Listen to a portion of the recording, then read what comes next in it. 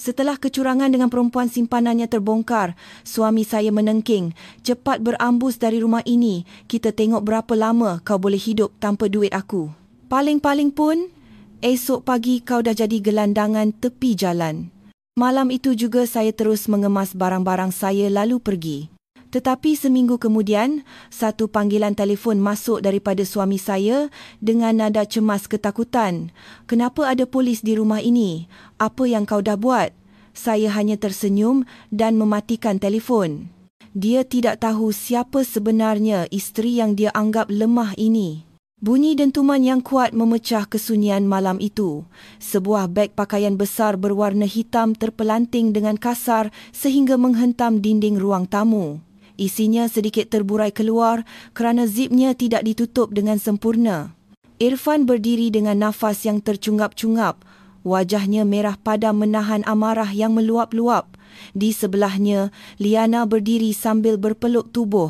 Senyuman sinis terukir di bibirnya yang berlipstik tebal. Wanita itu memandang rendah ke arah susuk tubuh seorang perempuan bertudung yang sedang berdiri kaku di sudut ruangan. Danita, isteri sah Irfan, hanya menunduk seketika memandang beg pakaian miliknya yang terdampar menyedihkan di atas lantai marmar. Dia baru sahaja pulang dari usrah mingguan dan mendapati satu pemandangan yang menghancurkan hati seorang isteri. Suaminya sedang berasmara mesra dengan wanita lain di rumah mereka sendiri. Namun bukannya meminta maaf atau berasa bersalah, Irfan pula yang mengamuk. Lelaki itu merasakan maruahnya tercalar kerana ditangkap basah dan cara dia mempertahankan diri adalah dengan menyerang balas secara membabi buta. Irfan melangkah maju, menunding jari telunjuknya yang terketar-ketar kerana emosi ke arah wajah Danita. Suaranya bergema memenuhi ruangan yang selama 5 tahun ini menjadi saksi bisu perkahwinan mereka. Irfan menjerit lantang tanpa mempedulikan jiran tetangga yang mungkin mendengar kekecohan itu. Dia merasa seperti raja di istana ini dan Danita hanyalah penumpang yang tidak tahu mengenang budi. "Cepat berambus dari rumah ini," bentak Irfan dengan suara parau yang menyakitkan telinga. Matanya terbeliak tajam seolah-olah mahu menelan isterinya hidup-hidup. "Kita tengok berapa lama kau boleh hidup tanpa duit aku. Paling-paling pun esok pagi kau dah jadi gelandangan tepi jalan," sambungnya dengan nada penuh penghinaan. Kata-kata itu meluncur deras, menusuk terus ke jantung. Irfan berasa sangat yakin dengan ucapannya. Di matanya, Danita hanyalah seorang suri rumah yang lemah, tidak mempunyai pekerjaan dan selama ini hidup senang hanya kerana gaji dan jawatannya sebagai pengarah urusan syarikat. Irfan lupa atau mungkin tidak pernah mahu tahu bahawa keselesaan yang dia rasakan bukan datang begitu sahaja dari langit. Liana ketawa kecil, suara ketawanya kedengaran seperti bisikan syaitan yang mengeruhkan lagi suasana. Dia mendekati Irfan, mengusap lengan lelaki itu dengan manja seolah-olah memberikan sokongan. Wanita itu memandang Danita dari hujung rambut hingga hujung kaki dengan pandangan yang menghina. Menurut Liana, Danita adalah wanita kolot yang membosankan, sangat berbeza dengan dirinya yang moden dan tahu cara memuaskan ego lelaki. Liana merasa dialah pemenang malam ini. Dia telah berjaya menyingkirkan penghalang utamanya untuk menguasai Irfan dan seluruh hartanya. Danita menarik nafas panjang. Anehnya, tiada air mata yang jatuh di pipinya. Jantungnya memang berdegup kencang kerana terkejut, tetapi otaknya bekerja dengan sangat jernih dan dingin. Penghinaan Irfan tadi seperti suis yang mematikan sisa-sisa rasa cinta dan hormat yang dia miliki untuk suaminya itu. Selama ini dia diam, mengalah dan menutup mata demi menjaga keutuhan rumah tangga. Namun malam ini, batas kesabarannya telah dicabuli dengan cara yang paling kotor. Dengan gerakan perlahan dan anggun, Danita membetulkan letak tudungnya yang sedikit sengit. Wajahnya tenang, terlampau tenang untuk seseorang yang baru sahaja dihalau dari rumahnya sendiri.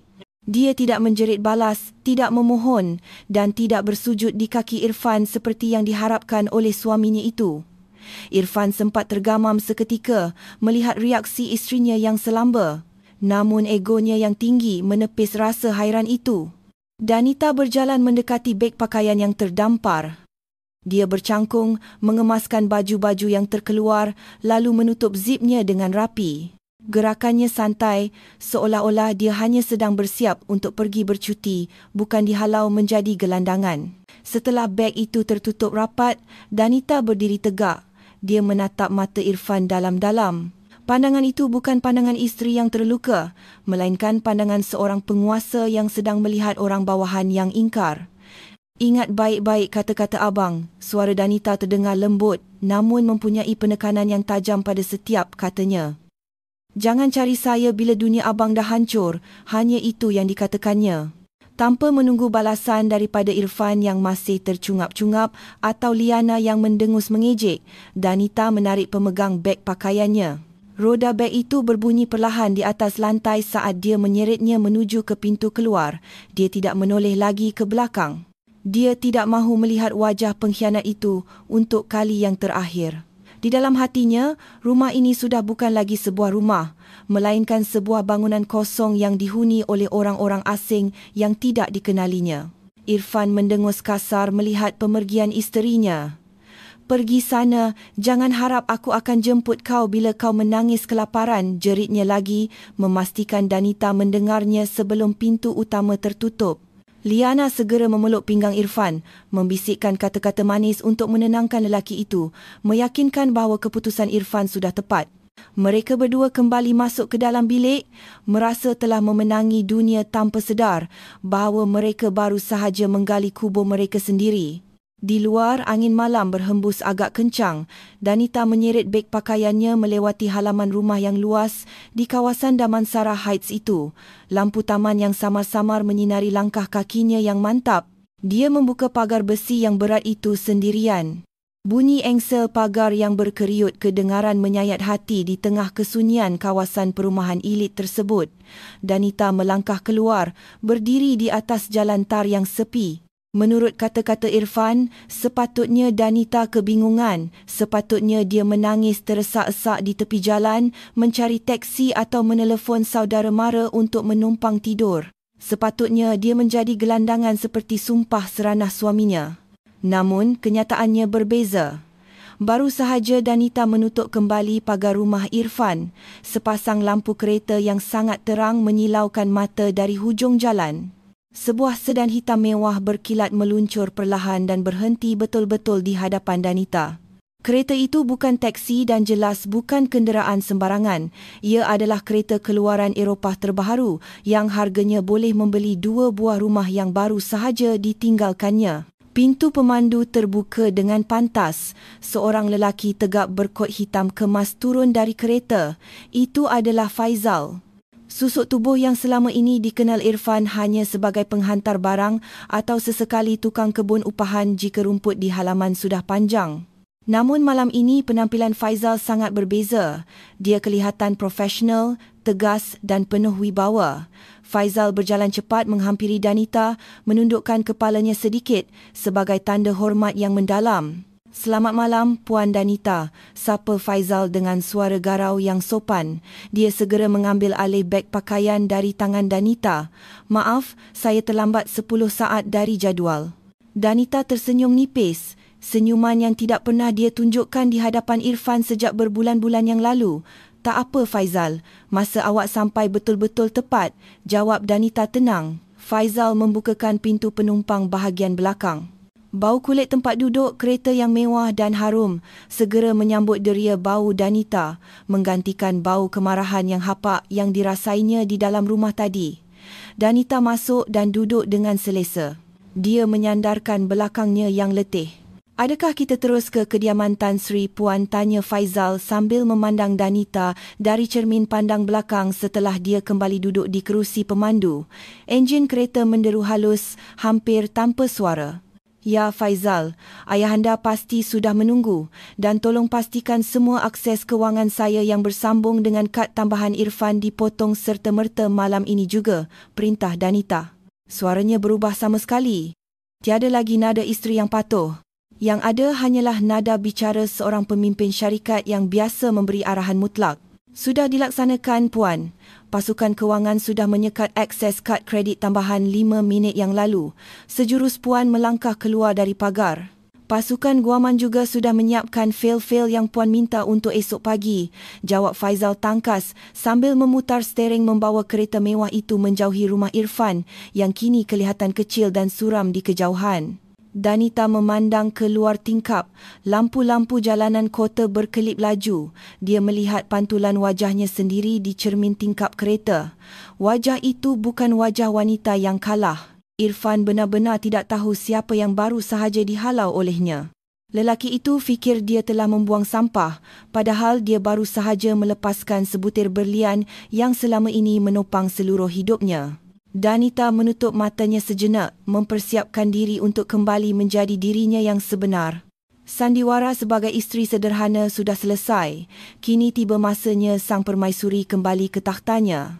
Cahaya matahari pagi menerobos masuk melalui celah-celah langsir bilik utama yang tidak tertutup rapat. Irfan menggeliat malas di sebalik selimut tebalnya. Dia membuka mata perlahan-lahan, merasakan kepalanya sedikit pening sisa kegembiraan semalam. Dia menoleh ke tepi dan melihat Liana masih tidur pulas, berdengkur halus dengan rambut yang kusut menutupi sebahagian wajahnya. Senyuman kemenangan terbit di bibir Irfan. Dia berasa bebas. Tiada lagi isteri yang membebel tentang pulang lewat malam. Tiada lagi pandangan mata yang seolah-olah menuntut perhatian. Dan yang paling penting, tiada lagi wanita bertudung yang menurutnya membosankan itu.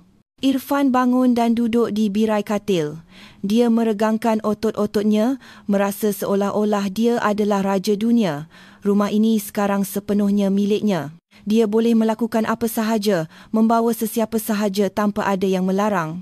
Dia membayangkan hidup barunya yang akan penuh warna bersama Liana, parti, percutian dan kebebasan kewangan yang selama ini dia rasa terhalang kerana Danita yang selalu menyuruhnya berjimat.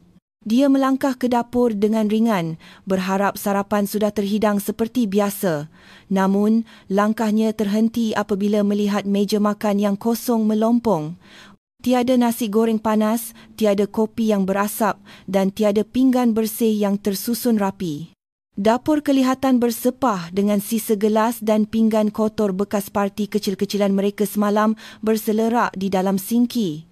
Semut-semut mula mengerumuni sisa makanan yang tidak dibersihkan. Irfan mendecik geram. Dia lupa bahawa Danita sudah tiada. Selama ini, segala urusan rumah tangga dikerjakan oleh Danita dengan sempurna tanpa bantuan pembantu rumah kerana Irfan selalu beralasan tidak suka ada orang asing di rumah demi penjimatan. Kini realiti mula menamparnya sedikit. Dia terpaksa membuat kopi sendiri.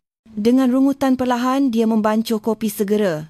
Rasanya jauh berbeza daripada kopi bancuhan Danita yang biasanya menggunakan biji kopi terpilih. Sudahlah, nanti aku boleh upah pembantu rumah. Duit aku banyak, gumam Irfan menenangkan diri sendiri. Dia menghirup kopinya yang terlalu manis sambil membayangkan betapa hebatnya dia hari ini di pejabat. Sejam kemudian, Irfan melangkah masuk ke lobi bangunan pejabat tempat syarikatnya berada di KLCC. Dia mengenakan sut terbaiknya. Dagunya diangkat tinggi, menebar pesona kepada penyambut tetamu yang menyapanya dengan sopan. Irfan adalah pengarah urusan di sebuah syarikat hartanah yang sedang meningkat naik ini. Dia merasa kejayaan syarikat ini adalah 100% kerana kebijaksanaannya dalam melobi klien dan mengatur strategi pemasaran. Dia tidak pernah tahu bahawa di sebalik tabir ada tangan-tangan gaib yang melicinkan jalannya. Selamat pagi Encik Irfan, sapa beberapa orang pekerja dengan nada hormat. Walaupun ada beberapa yang saling berbisik semasa dia lalu, Irfan tidak peduli. Dia masuk ke dalam lift peribadi pengarah dan menekan butang tingkat paling atas.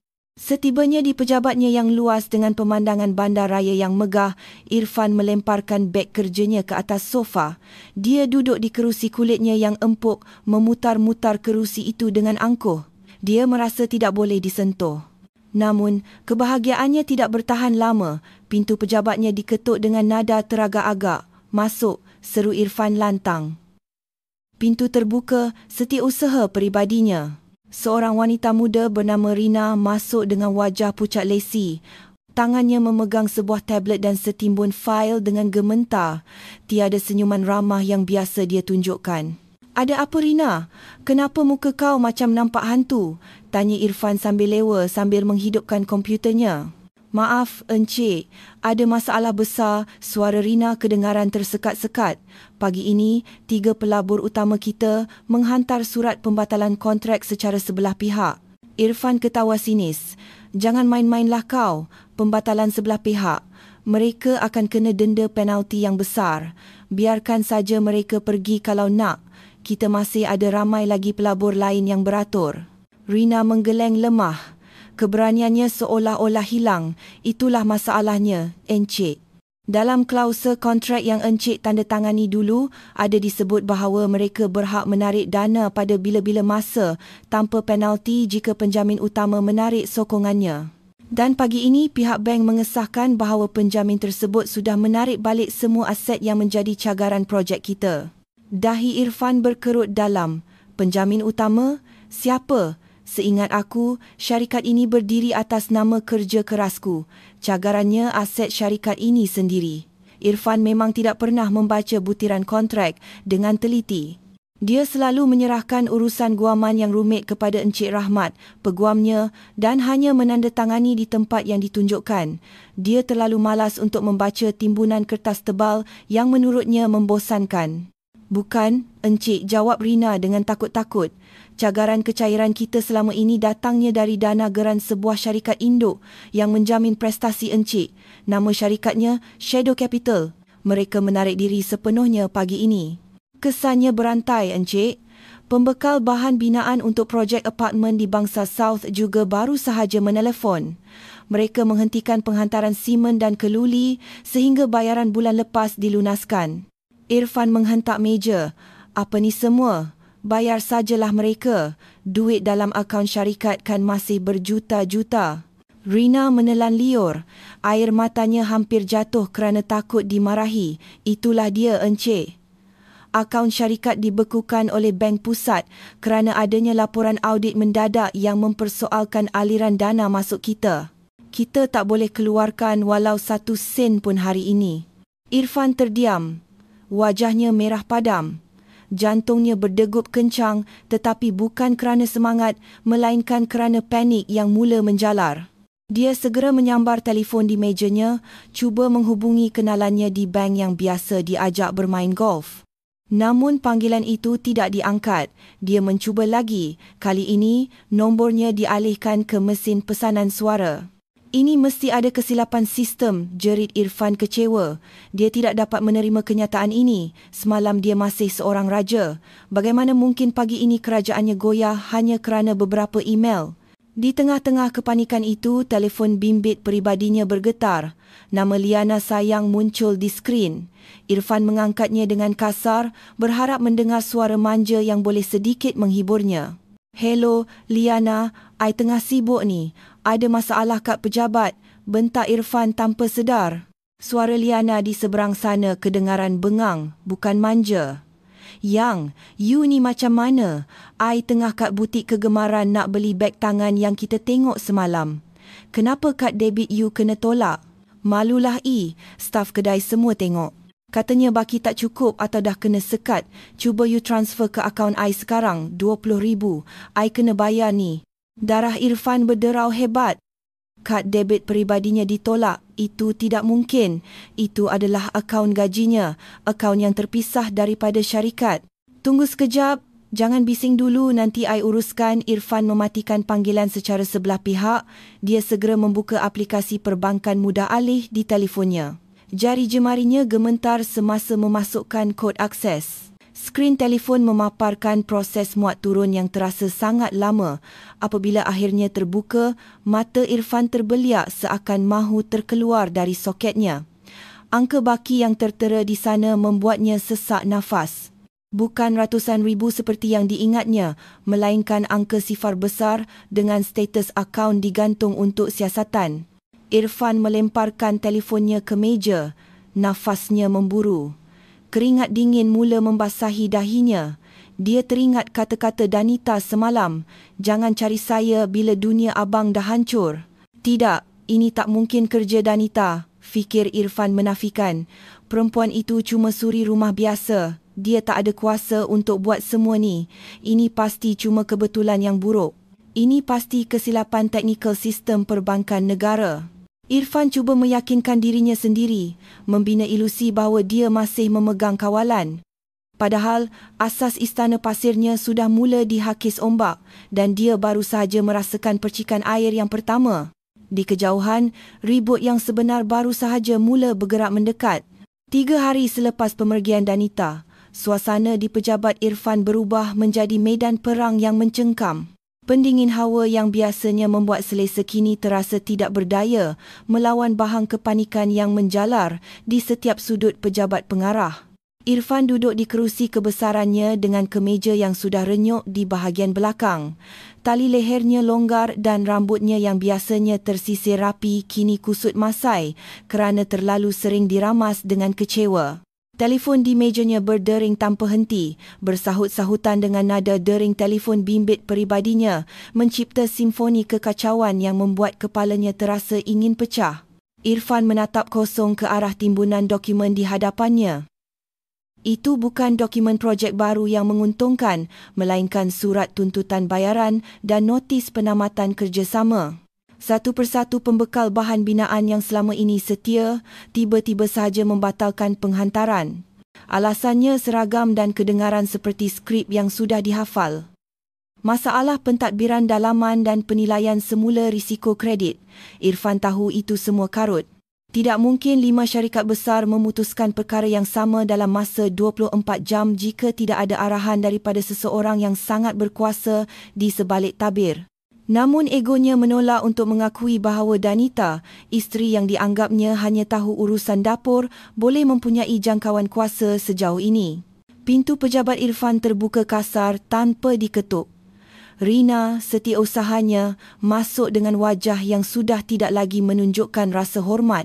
Matanya sembab, sepertinya baru lepas menangis di bilik air.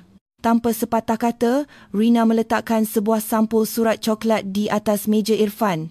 Irfan menjeling sampul itu dengan curiga, lalu menatap Rina dengan tajam.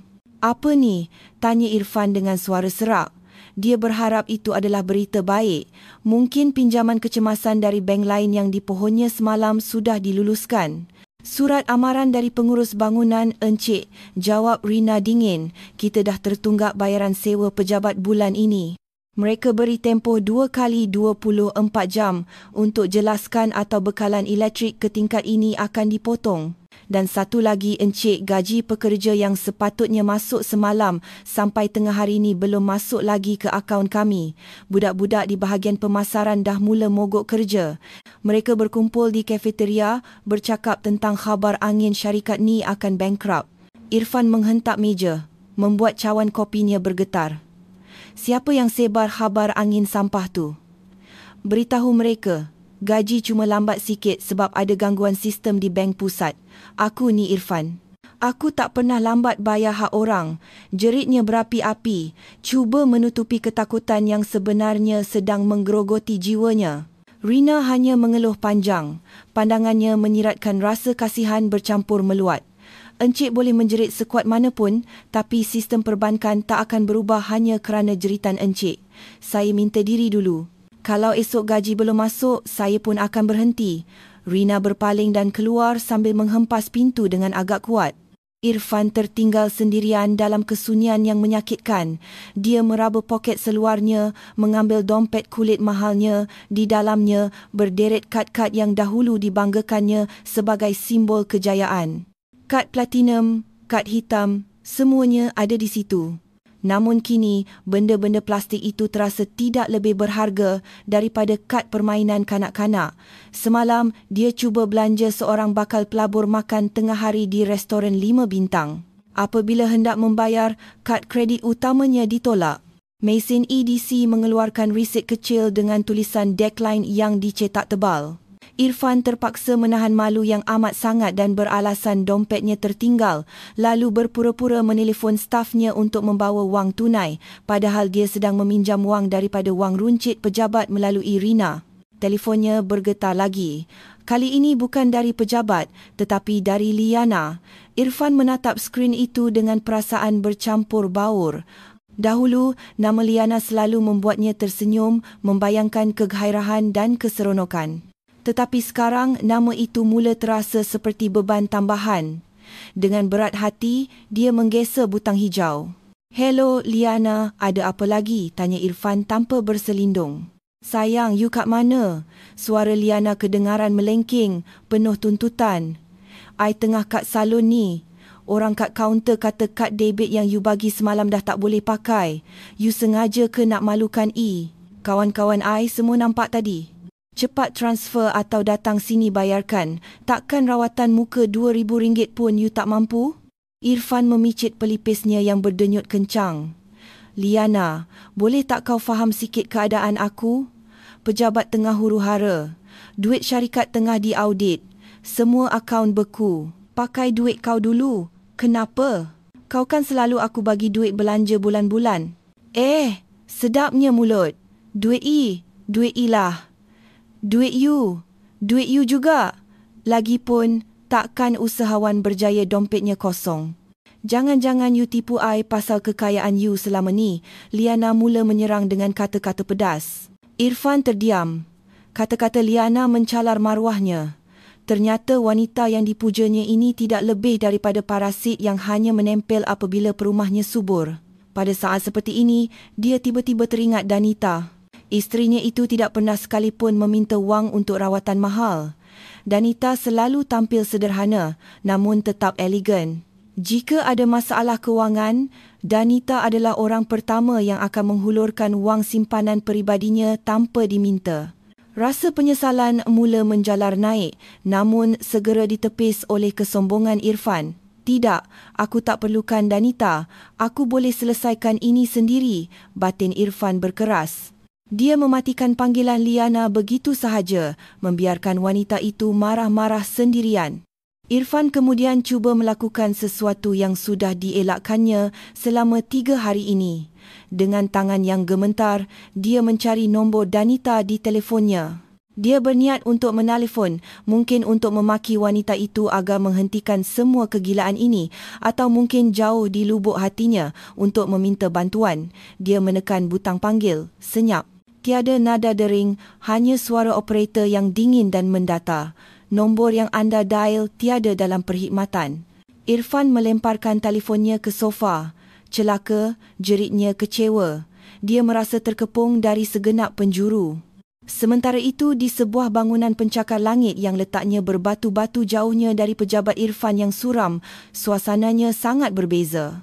Di tingkat paling atas, di sebuah bilik yang didominasi dinding kaca dengan pemandangan hiruk-pikuk kota di bawahnya, Danita duduk dengan anggun di kerusi kerjanya yang besar. Tiada lagi baju kelawar atau wajah letih sehabis menguruskan rumah tangga. Danita mengenakan pakaian kerja yang sangat profesional. Tudungnya tersusun rapi tanpa celah, memancarkan aura kekuasaan yang menggerunkan sesiapa sahaja yang melihatnya. Di hadapannya duduk 2 orang lelaki berkot kemas yang kelihatan gementar. Mereka adalah wakil dari bank yang selama ini memberi pinjaman kepada syarikat Irfan. Faizal berdiri tegak di sebelah kerusi Danita seperti pengawal setia yang siap menerkam jika ada yang berani bertindak kurang ajar pada majikannya. "Jadi, Puan Danita, dokumen pengalihan hutang atas nama Wijaya Holdings SDN Bihadi, syarikat suami Puan, sudah kami siapkan," ucap salah seorang lelaki itu sambil menghulurkan fail tebal.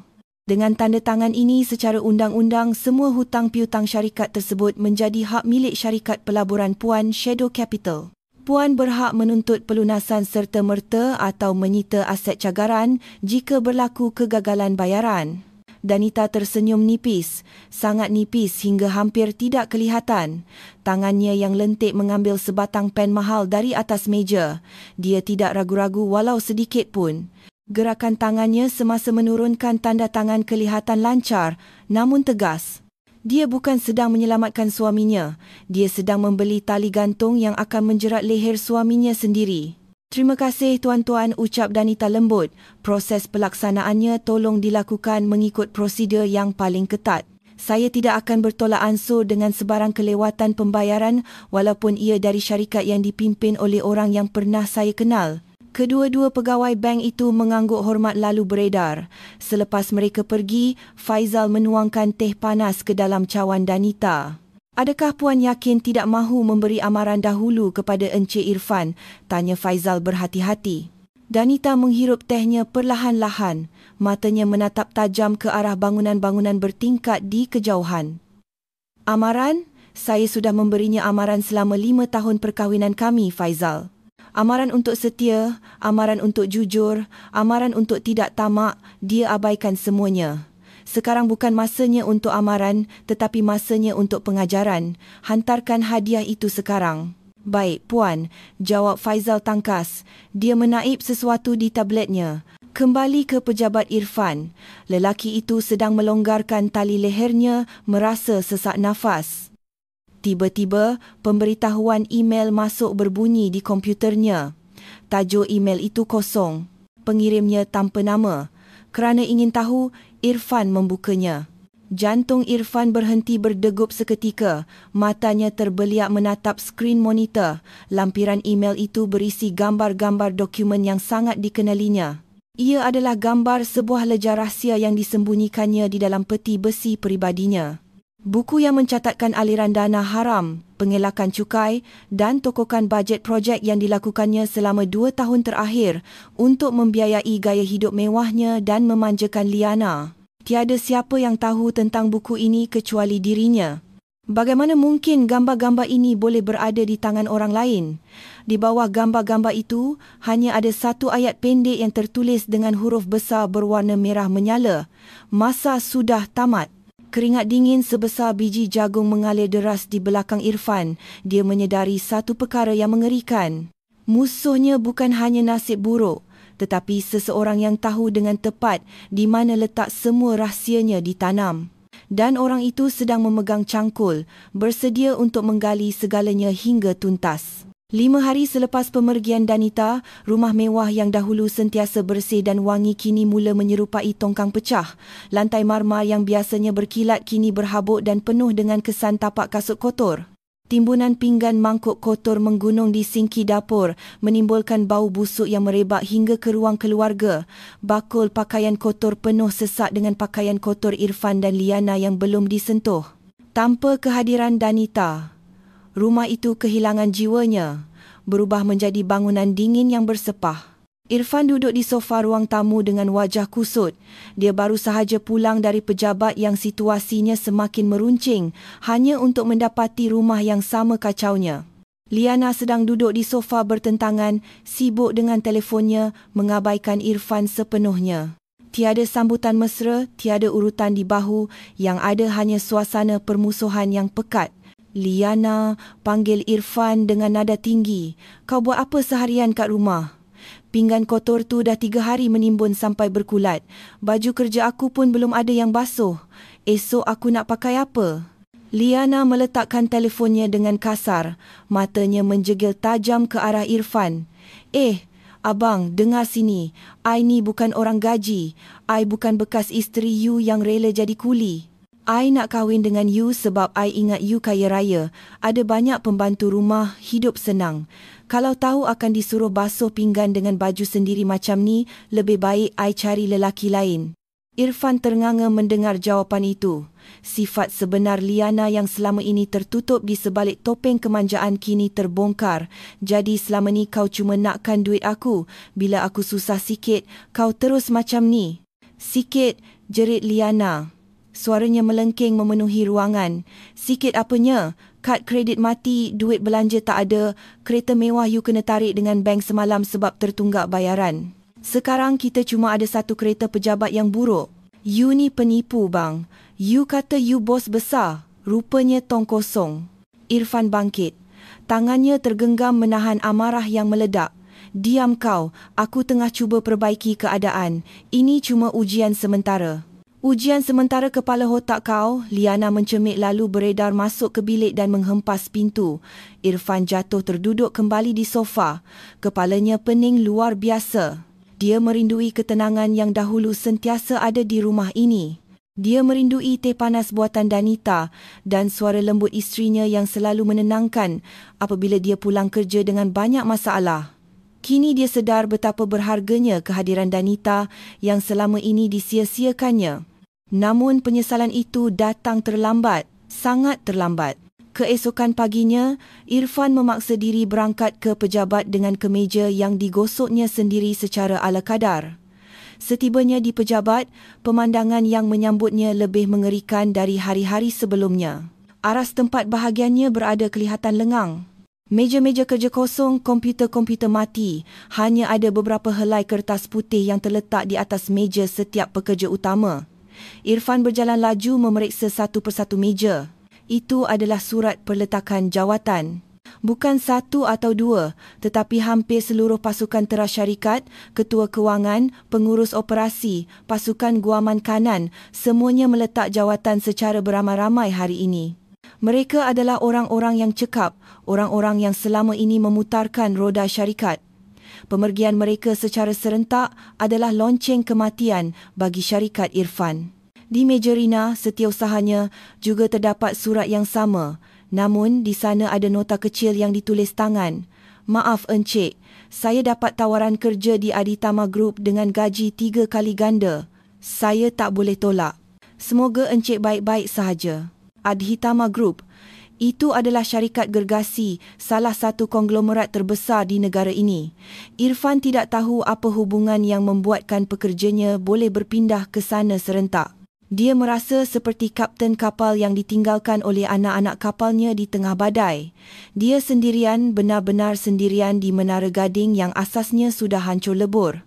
Irfan cuba menelefon Encik Rahmat, peguamnya, satu-satunya orang yang diharapnya masih berada di pihaknya. Namun telefon Encik Rahmat tidak aktif. Pejabat guamannya juga memberitahu bahawa Encik Rahmat sedang bercuti panjang ke luar negara. Irfan merasa dunia sedang bersekongkol untuk menghancurkannya. Dengan langkah lemah, Irfan pulang ke rumah lebih awal. Dia tidak tahan berada di pejabat hantu itu. Namun, setibanya di rumah, dia melihat sebuah motosikal penghantar berhenti di depan pagar. Seorang lelaki berseragam oranye sedang menyelitkan sampul surat besar berwarna merah di celah-celah pagar. Irfan turun dari kereta pejabatnya dan menyambar sampul itu. Untuk Encik Irfan Wijaya, kata penghantar itu ringkas lalu pergi. Dengan tangan yang gemetar, Irfan membuka sampul itu di halaman rumah. Isinya adalah surat rasmi dengan kepala surat sebuah syarikat Indo asing. Matanya meneliti isi surat itu dengan pantas dan serta-merta. Lututnya menjadi lemah, tubuhnya rebah ke tanah. Itu adalah surat perintah pengosongan rumah. Dalam surat itu tertulis jelas bahawa hartanah yang didudukinya selama ini bukanlah miliknya peribadi, melainkan aset milik syarikat induk yang dipinjamkan kepadanya sebagai kemudahan jawatan pengarah. Kerana adanya pelanggaran kontrak kerja yang serius dan dugaan tindakan jenayah rasuah yang dilakukan Irfan, kemudahan tersebut ditarik balik. Dia dan seluruh penghuni rumah diberi tempoh 1 kali 24 jam untuk berambus. Ini tak mungkin, gumam Irfan dengan suara bergetar. Dia selalu menyangka rumah ini sudah didaftarkan atas namanya. Dia ingat menandatangani surat ikatan jual beli 5 tahun lalu. Tetapi kemudian dia teringat, ketika itu Danita yang menguruskan semua butirannya bersama notari dan Irfan hanya menandatangani tanpa membaca, terlalu sibuk dengan telefonnya. Ternyata sejak awal, Danita dan keluarganya sudah melindungi aset mereka daripada kemungkinan terburuk.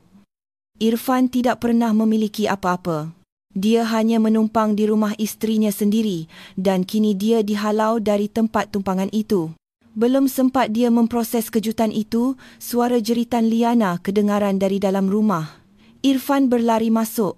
Dia mendapati Liana sedang berdiri kaku di depan televisyen besar di ruang keluarga. Wajah wanita itu pucat lesi, matanya menatap skrin TV dengan ketakutan. "Abang, tengok tu," bisik Liana gementar sambil menunjuk ke skrin. Irfan menoleh ke arah televisyen. Sebuah siaran berita tergempar sedang berlangsung. Di skrin kaca terpampang jelas gambar wajah Irfan dengan tulisan besar di bawahnya. Pengarah urusan Wijaya Holdings disyaki terlibat skandal pengubahan wang haram dan pengelakan cukai. Wartawan berita itu bercakap dengan pantas dan tegas. Peguam negara dan SPRM hari ini secara rasmi menaikkan status siasatan terhadap saudara Irfan Wijaya. Diduga kerugian negara mencecah puluhan juta ringgit. Bukti-bukti kukuh telah diserahkan oleh pihak dalaman syarikat. Pihak berkuasa menasihatkan agar suspek tidak cuba melarikan diri ke luar negara kerana statusnya sudah disekat mulai hari ini. Dunia Irfan berputar ligat. Pandangannya kabur, telinganya berdesing kencang. Dia berundur beberapa langkah sehingga belakangnya melanggar dinding. Kakinya tidak kuat lagi menampung tubuhnya. Dia jatuh terduduk di lantai, menatap kosong ke hadapan. Semuanya sudah berakhir. Ugutan Danita bukan sekadar gertakan seorang isteri yang sakit hati. Ia adalah hukuman mati yang dijatuhkan oleh seorang hakim yang tidak kelihatan. Irfan menyedari dia bukan sahaja akan menjadi gelandangan seperti yang disumpahnya kepada Danita. Dia akan menjadi sesuatu yang jauh lebih hina, seorang banduan yang miskin dan dibenci seluruh negara. Di sudut ruangan, Liana mula menangis teresak-esak. Bukan kerana kasihan pada Irfan, tetapi kerana menyedari dia ikut terseret dalam kapal yang karam ini. Sementara di luar, awan hitam mula berkumpul, seolah-olah alam semesta pun bersiap untuk menurunkan hujan lebat di atas kehancuran hidup Irfan. Malam itu, genap seminggu selepas Danita meninggalkan rumah, suasana di kediaman Irfan terasa lebih seperti rumah hantu daripada sebuah kediaman mewah. Hujan lebat mengguyur Kuala Lumpur sejak petang, mencipta bunyi gemuruh yang tidak henti-henti di atas bumbung. Di dalam rumah, pencahayaannya suram kerana beberapa mentol lampu terbakar dan Irfan tidak mempunyai wang mahupun kemahuan untuk memanggil juruteknik elektrik. Kotak-kotak terpakai berselerak di ruang tengah. Irfan dan Liana sedang sibuk mengemas barang-barang mereka dengan wajah masam. Surat pengosongan rumah yang mereka terima semalam memberikan kata putus yang muktamad. Mereka mesti keluar sebelum matahari terbit esok hari atau akan diseret paksa oleh pengawal keselamatan perumahan. Irfan melipat kot kerjanya dengan kasar dan melemparkannya ke dalam kotak catboard. Wajahnya kelihatan jauh lebih tua 10 tahun daripada usianya yang sebenar. Lingkaran hitam tebal kelihatan di bawah matanya. Rambutnya berminyak kerana belum bersyampu dan bau badannya mula menusuk hidung. Di sudut lain, Liana sedang menangis tersedu-sedu sambil memasukkan koleksi beg tangan dan kasut mahalnya ke dalam beg pakaian. Wanita itu terus merungut tentang betapa tidak adilnya hidup ini, tentang bagaimana dia tidak sepatutnya hidup susah dan menyalahkan Irfan atas semua bencana yang menimpa mereka. "Kau boleh diam tak?" bentak Irfan. "Kesabarannya sudah habis. Kepala aku nak pecah dengar kau menangis. Kalau bukan sebab permintaan kau yang macam-macam, aku tak akan terdesak sampai ambil duit syarikat." Liana mendongak, matanya menyala penuh amarah. "Oh, sekarang you salahkan I. You yang bodoh. You lelaki yang tak guna. Kalau tahu akan jadi papa kedana macam ni, I tak ingin tinggalkan teman lelaki I yang dulu demi you." Pertengkaran mereka terhenti serta-merta apabila terdengar bunyi hentakan keras dari pintu depan. Itu bukan ketukan tetamu yang sopan, melainkan ketukan paksa yang penuh ugutan. Irfan dan Liana saling berpandangan dengan riak ngeri. Jantung Irfan berdegup kencang, memukul-mukul rongga dadanya. Dia menjeling jam dinding yang menunjukkan pukul 10 malam. Siapa yang datang bertamu di tengah-tengah ribut dan lewat malam begini? Mungkin pengawal keselamatan perumahan, bisik Irfan gementar. Mereka mungkin datang awal untuk halau kita. Celaka. Irfan berjalan menuju ke pintu depan dengan langkah teragak-agak. Hentakan itu semakin kuat disertai jeritan dari luar. "Buka pintu. Kami dari polis." Darah Irfan seolah-olah berhenti mengalir. Wajahnya pucat serta-merta, seputih kertas. Polis. Kenapa polis datang ke rumah? Dia fikir kesnya masih dalam peringkat siasatan awal dan dia hanya disekat ke luar negara, bukan ditangkap malam ini juga. Dengan tangan yang gemetar hebat, Irfan memulas kunci pintu dan membukanya sedikit. Pintu itu ditolak paksa dari luar sehingga Irfan terhuyung ke belakang dan jatuh terduduk di lantai. Sekumpulan lelaki berseragam polis lengkap dengan ves kalis peluru dan senjata laras panjang menyerbu masuk ke dalam ruang tamu. Air hujan membasahi lantai marmar, membawa lumpur dari kasut but mereka yang berat. Di tengah-tengah pasukan itu, seorang pegawai polis berpangkat superintenden melangkah maju. Dia menatap Irfan dengan pandangan dingin dan tajam. "Saudara Irfan Wijaya?" tanya pegawai itu tegas. Irfan cuba berdiri. berusaha mengumpulkan sisa-sisa kewibawaannya yang sudah hancur. Ya, saya Irfan. Ada apa ni? Kenapa tuan-tuan masuk paksa macam samseng? Tuan tahu siapa saya? Saya kenal ramai orang besar. Pegawai itu tidak terkesan sedikit pun. Dia mengeluarkan sehelai kertas berlogo PDRM dan menunjukkannya betul-betul di depan wajah Irfan. Kami membawa waran tangkap atas nama saudara Irfan Wijaya atas tuduhan jenayah rasuah korporat, pengubahan wang haram dan pemalsuan dokumen aset.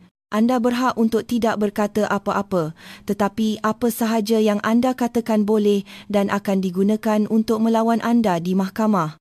Gari dia, perintah pegawai itu kepada anak buahnya. Dua orang polis terus menerkam Irfan, menarik tangannya ke belakang dengan kasar. Bunyi klik dari gari besi yang mengunci pergelangan tangannya kedengaran sangat mengerikan di telinga Irfan. Rasa sejuk dari besi itu menjalar ke seluruh tubuhnya, menyedarkannya bahawa ini bukan mimpi ngeri. Ini adalah kenyataan. Tunggu, ini salah faham. Saya difitnah, jerit Irfan meronta-ronta. Saya nak bercakap dengan peguam saya. Saya nak telefon isteri saya. Sementara itu, Liana yang melihat kejadian itu dari sebalik pintu ruang tengah menjerit histeris. Dia cuba berlari ke arah pintu belakang, membawa serta beg pakaian berisi barang-barang mewah hasil curiannya. Namun, dua orang polis wanita sudah terlebih dahulu berjaga di sana. Liana ditangkap basah. Dia meronta mencakar-cakar udara tetapi tenaganya jauh lebih lemah. Lepaskan aku. Aku tak tahu apa-apa. Aku cuma teman wanita dia, jerit Liana panik. Bawa dia sekali, kami menemui bukti aliran dana ke akaun atas namanya. Dia disyaki sebagai penerima hasil jenayah, perintah pegawai itu tanpa menoleh. Di ruang tamu, Irfan yang sudah tidak berdaya merayu dengan sangat menyedihkan. Tuan, tolonglah tuan, benarkan saya buat satu panggilan telefon. Saya perlu hubungi seseorang yang boleh jelaskan semua ni. Ini pasti kesilapan pentadbiran. Pegawai itu menatap Irfan sejenak lalu mengangguk singkat. Satu panggilan, 2 minit guna pembesar suara. Tangan Irfan yang bergari di depan gementar semasa memegang telefon yang dihulurkan oleh polis. Siapa yang boleh dihubunginya? Encik Rahmat menghilang, rakan-rakannya menjauh. Ibu bapanya di kampung sudah tua dan sakit. Hanya ada satu nama yang terlintas di benaknya. Satu-satunya orang yang mungkin, hanya mungkin, masih mempunyai sedikit rasa kasihan terhadapnya. Danita. Irfan menekan nombor Danita. Jantungnya berdebar-debar seiring dengan nada dering telefon. Selepas deringan ketiga, panggilan itu dijawab. Hello. Suara itu kedengaran begitu tenang, begitu damai, sangat berbeza dengan kekacauan yang sedang berlaku di rumah Irfan. Di latar belakang suara Danita, terdengar alunan muzik klasik yang lembut dan bunyi halus sudu berlaga dengan cawan porselin. Danita, ini abang Irfan, jerit Irfan dengan suara parau. Air mata ketakutan mula mengalir di pipinya. Oh, Abang Irfan, ada apa telefon malam-malam begini? Abang lupa ke saya dah bukan isteri abang lagi, jawab Danita selamba. Danita, tolong abang. Ada polis kat rumah ni. Mereka tangkap abang. Mereka kata abang buat rasuah. Awak kena tolong abang, Danita. Awak tahu abang tak mungkin buat semua ni. Awak kena cakap dengan mereka. Irfan meracau panik. Hening seketika di hujung talian. Kemudian terdengar suara Danita menghirup teh panasnya dengan perlahan. Ah, begitu ya. Jadi mereka sudah datang. Syukurlah mereka tepat pada masanya, mengikut jadual. Irfan terbeliak. Apa maksud awak? Awak tahu pasal ni? Danita ketawa kecil. Ketawa yang tidak mengandungi kegembiraan, melainkan kepuasan yang dingin. Tentu saja saya tahu, abang. Siapa agaknya yang serahkan bukti audit forensik itu ke meja peguam negara pagi tadi? Siapa agaknya yang beri akses penuh kepada polis untuk buka peti besi rahsia abang?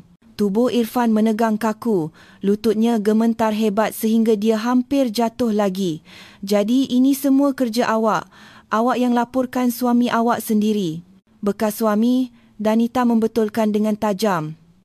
Dan saya tidak melaporkan suami saya. Saya melaporkan seorang pencuri yang kebetulan pernah tidur sebumbung dengan saya. Awak ambil duit dari syarikat yang saham majoritinya dimiliki oleh keluarga saya, Irfan. Awak fikir saya akan diam sahaja bila duit pusaka ayah saya awak guna untuk belikan beg tangan Hermes untuk perempuan murahan tu? Liana yang sedang diseret polis di belakang Irfan mendengar itu dan menjerit marah, tetapi suaranya ditenggelami oleh suara polis. Kenapa, Danita? Kenapa awak tergama? Rintih Irfan. Kenapa? Danita mengulang soalan itu dengan nada yang membuat bulu roma meremang. Awak tanya kenapa selepas awak halau saya macam anjing kurap seminggu yang lalu?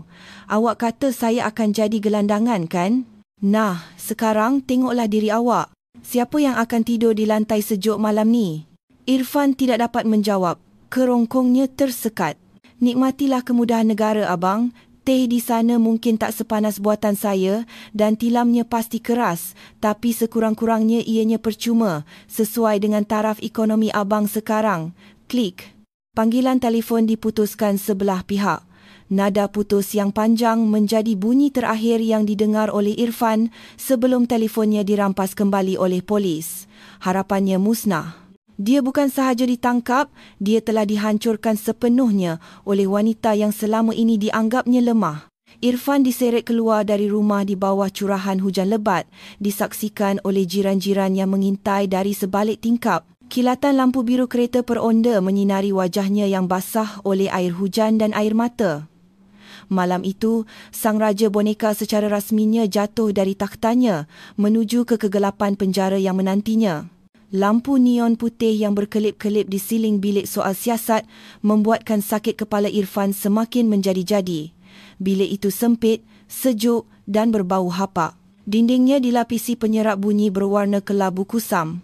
Di tengah-tengah bilik hanya ada sebuah meja besi yang dipaku ke lantai dan 2 buah kerusi yang tidak selesa. Irfan duduk di salah sebuah kerusi itu, tangannya masih bergari di atas meja. Kot mewahnya kini basah dan kotor, kemejanya melekat di badan. Dia sudah berada di sana selama 5 jam tanpa makanan dan minuman, hanya ditemani rasa takut yang mencengkam. Pintu besi berat di hadapannya terbuka. Superintenden Haris, pegawai yang mengetuai penangkapan malam tadi, masuk membawa sebuah fail tebal. Dia duduk di hadapan Irfan dengan selamba, meletakkan fail itu di atas meja dengan bunyi yang agak kuat. Sudah sedia nak bercakap, Encik Irfan? Atau masih nak tunggu keajaiban? Tanya Superintenden Haris sambil membuka penutup penya. Saya tak akan cakap apa-apa sebelum peguam saya datang, sanggah Irfan dengan suara serak. Encik Rahmat sedang dalam perjalanan ke sini. Dia akan saman kamu semua atas penangkapan haram ini. Superintenden Haris tersenyum sinis. Ah, Encik Rahmat ya? Peguam terkenal tu? Kebetulan sekali, beliau sudah ada di luar. Silakan masuk, Encik Rahmat. Mata Irfan bersinar penuh harapan. Pintu terbuka lagi dan masuklah Encik Rahmat. Lelaki separuh umur itu kelihatan sangat kemas dengan sut mahalnya, sangat berbeza dengan keadaan Irfan. Dia membawa beg kerja kulit dan berjalan dengan tenang.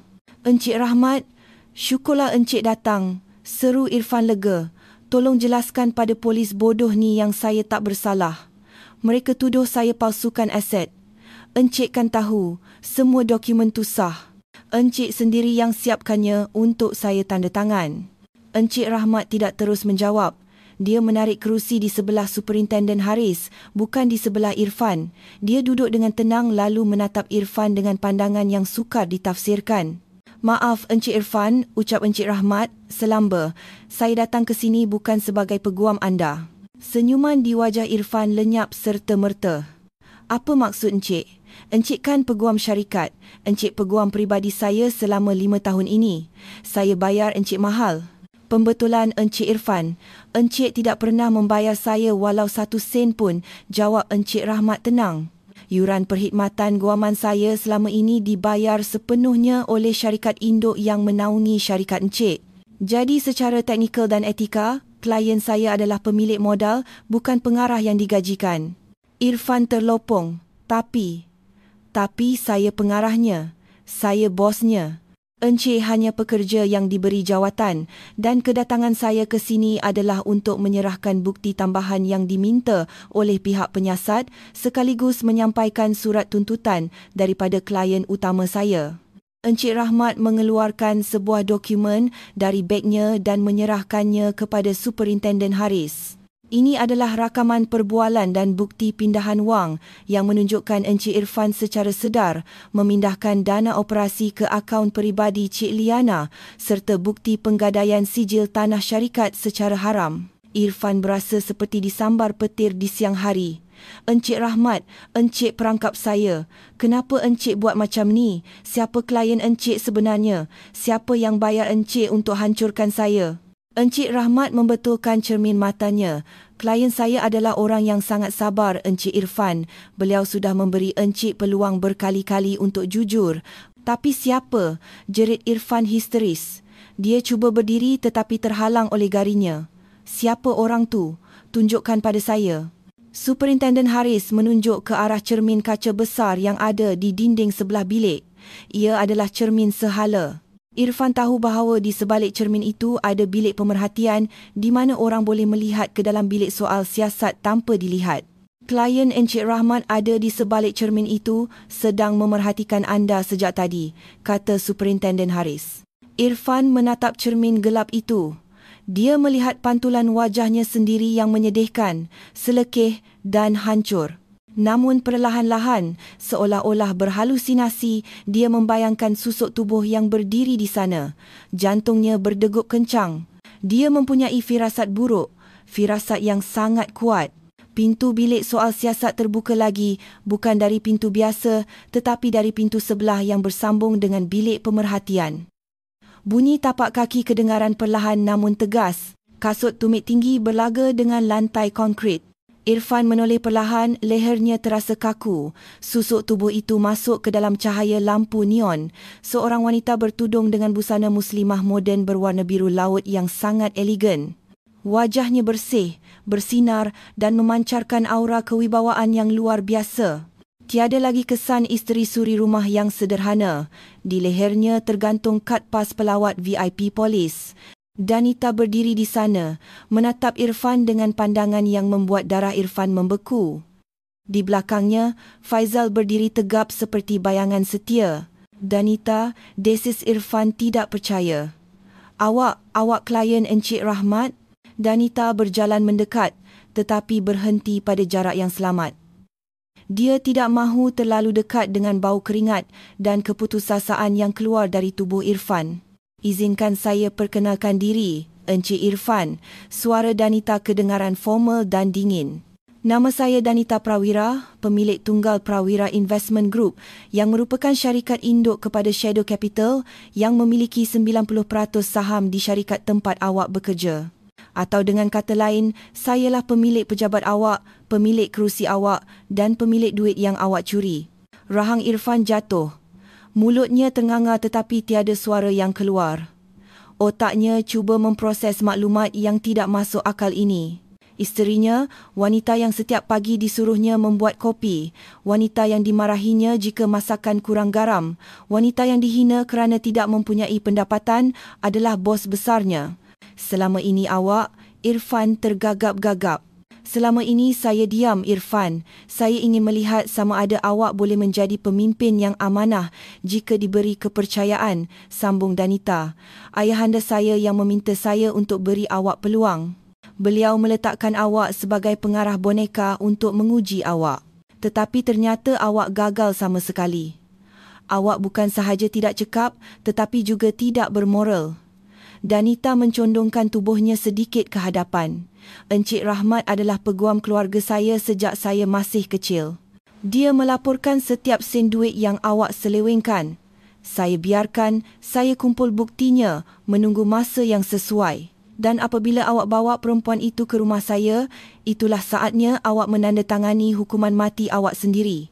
Irfan menangis. Kali ini tangisan penyesalan yang terlambat.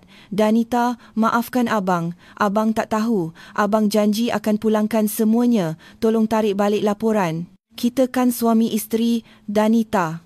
Danita menegakkan tubuhnya kembali. Wajahnya kembali tanpa emosi. Kita sudah bukan suami isteri masa awak halau saya. Dan pasal duit, awak tak ada apa-apa untuk pulangkan. Aset awak sifar, hutang awak berjuta-juta. Awak akan menghabiskan masa yang sangat lama di dalam penjara. Irfan. Danita berpaling memberi isyarat kepada Encik Rahmat dan Faizal untuk pergi. Jangan tinggalkan abang, Danita. Abang merayu, jerit Irfan terdesak. Danita berhenti di ambang pintu tetapi tidak menoleh.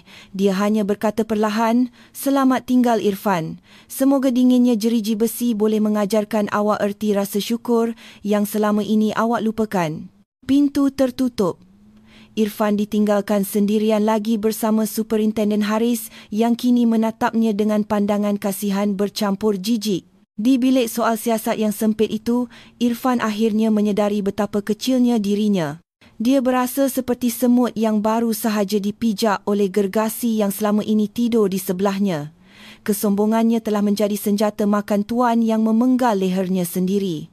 Udara di dalam sel tahanan wanita itu terasa lembap dan berbau menusuk hidung, campuran antara bau keringat, lantai yang jarang dibersihkan dan keputusasaan yang menebal di udara. Liana duduk meringkuk di sudut bilik yang sempit itu, memeluk lututnya sendiri.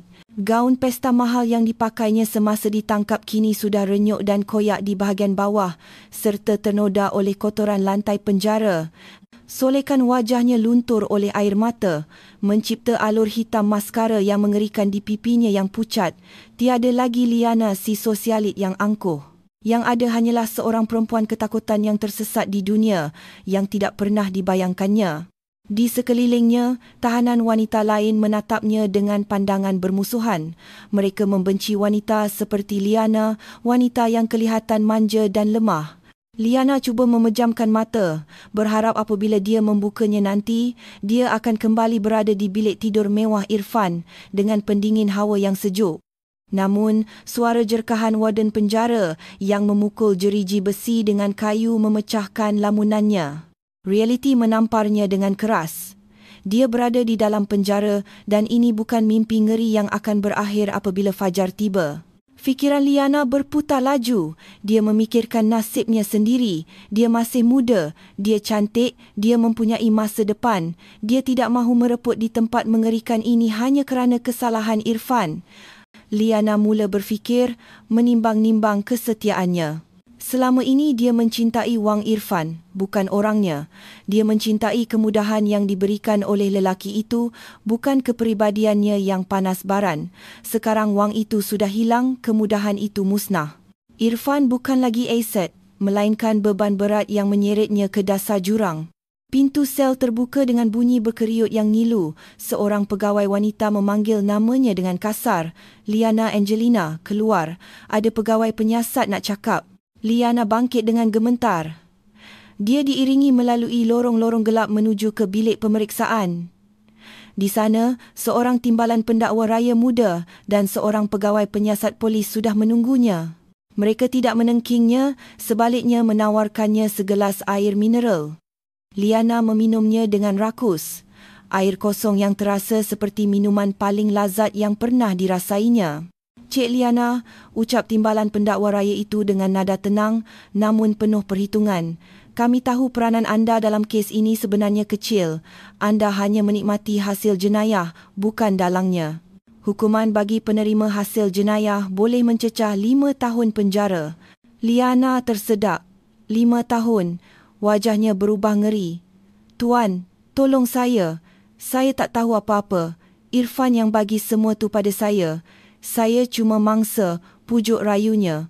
Timbalan pendakwa raya itu tersenyum nipis, seolah-olah sudah menduga reaksi Liana. "Nah, itulah yang kami ingin dengar. Kami boleh tawarkan satu perjanjian. Jika anda bersedia menjadi saksi pendakwaan dan memberikan keterangan yang memberatkan Irfan Wijaya di mahkamah nanti, kami akan menuntut hukuman seringan mungkin untuk anda. Mungkin hanya hukuman percubaan tanpa perlu dipenjarakan." Mata Liana bersinar, harapan hidup kembali di hatinya. Hukuman percubaan itu bermakna dia boleh bebas.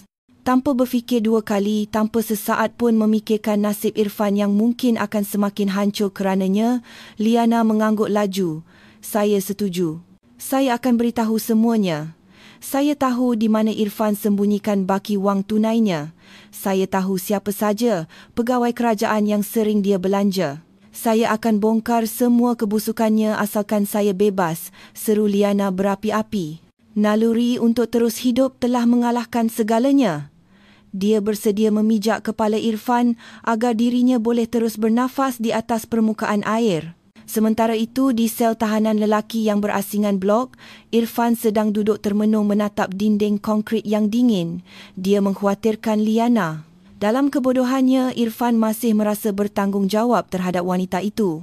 Dia fikir Liana pasti sedang menangis ketakutan dan memanggil namanya. Irfan masih mempunyai ilusi bahawa cinta mereka adalah cinta sejati yang diuji oleh badai. Dia tidak tahu bahawa badai itu justru datang dari wanita yang dikhawatirkannya. Tengah hari itu, pegawai membawa Irfan keluar untuk pertembungan bukti. Irfan berjalan dengan langkah lemah, tangannya bergari. Dia dibawa ke sebuah bilik besar di mana beberapa orang suspek dikumpulkan. Apabila pintu dibuka, mata Irfan terus menangkap susuk tubuh Liana yang sedang duduk di kerusi di seberang meja. "Liana," seru Irfan. Wajahnya sedikit ceria melihat kekasihnya. "You okey tak, sayang? Jangan takut. I akan minta peguam uruskan you juga. Kita akan hadapi ni sama-sama." Irfan cuba mendekat tetapi ditahan oleh pegawai. Namun, reaksi Liana sungguh di luar dugaan Irfan. Wanita itu tidak berlari memeluknya, tidak menangis terharu dan tidak memandangnya dengan cinta. Liana menatap Irfan dengan pandangan jijik yang begitu mendalam, seolah-olah Irfan adalah kotoran yang melekat di kasutnya. "Jangan panggil I sayang," bentak Liana. Suaranya melengking tajam memenuhi ruangan. "I bukan teman wanita you lagi. Dasar penipu." Irfan tergamam. Langkahnya terhenti. "Liana, apa maksud you? I ni Irfan, bakal suami you." "Suami konon," Liana meludah ke lantai. "Siapa yang nak kahwin dengan perasuah miskin macam kau? Kau tipu aku, Irfan. Kau kata kau kaya raya. Kau kata syarikat tu milik kau. Rupanya kau cuma boneka, kau cuma kuli yang berlagak macam raja. Sebab kau, hidup aku hancur. Sebab kau, aku masuk penjara yang busuk ni." Hati Irfan hancur luluh. Kata-kata itu lebih menyakitkan daripada sebarang pukulan fizikal. "Liana, kenapa kau cakap macam tu? Aku buat semua ni demi kau, demi penuhi gaya hidup kau yang mahal." "Demi aku? Jangan babitkan aku." "Kau yang tamak," jerit Liana semakin menjadi-jadi. "Dengar sini ya, Tuan Polis. Lelaki ni yang paksa saya terima barang-barang tu.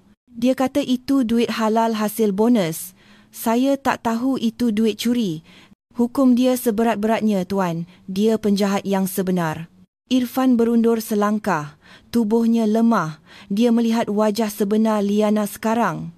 Wajah seorang parasit yang hanya setia apabila ada perumah yang boleh dihisap darahnya. Sebaik sahaja perumahnya nazak, dia melompat pergi mencari selamat. Irfan teringat Danita. Danita yang sentiasa ada semasa dia sakit. Danita yang mendoakannya setiap malam.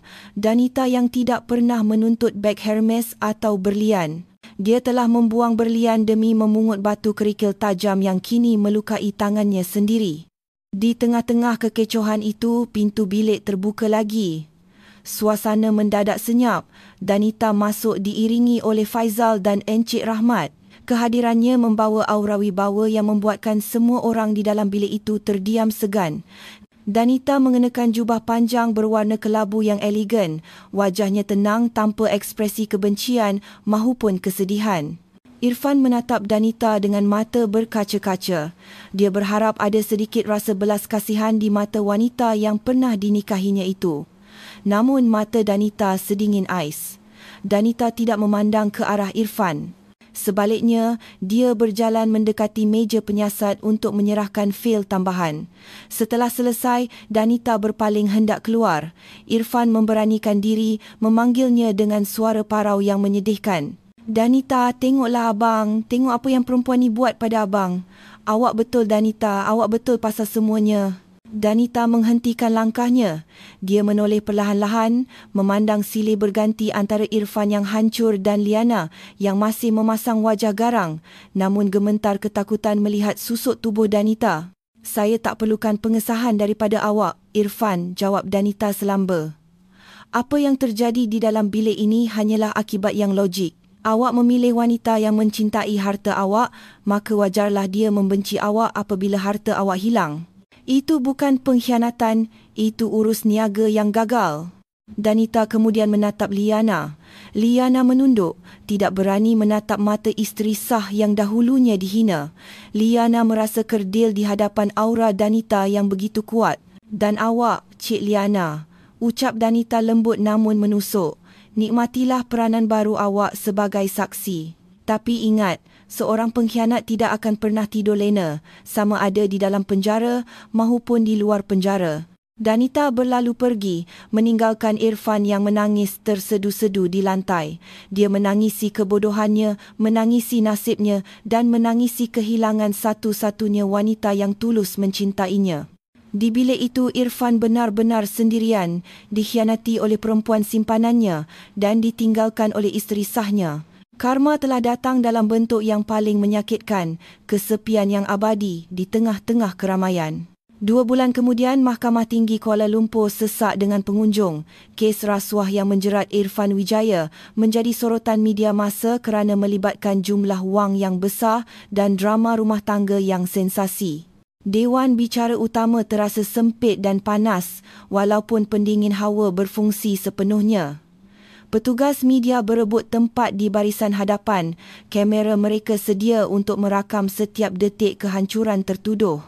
Irfan duduk di kandang pesalah di tengah-tengah dewan. Dia memakai baju lokap berwarna jingga dengan nombor banduan tercetak di dada. Rambutnya dicukur pendek, wajahnya cengkung dan tulang pipinya menonjol.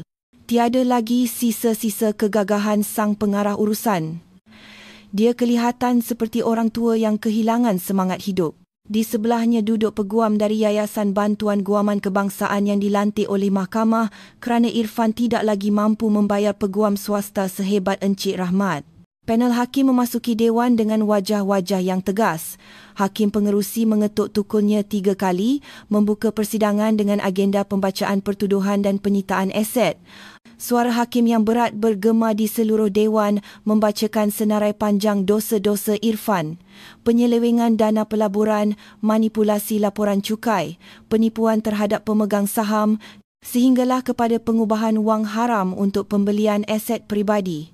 Setiap kali hakim menyebut jumlah wang yang diselewengkan, pengunjung dewan berdecit terkejut. Angkanya mencecah puluhan juta ringgit. Irfan hanya mampu menunduk, menatap hujung kasutnya yang kusam. Dia tidak berani mengangkat wajah, takut melihat pandangan mencemuh daripada orang-orang yang dahulunya memujanya. Tibalah masanya sesi penyitaan aset.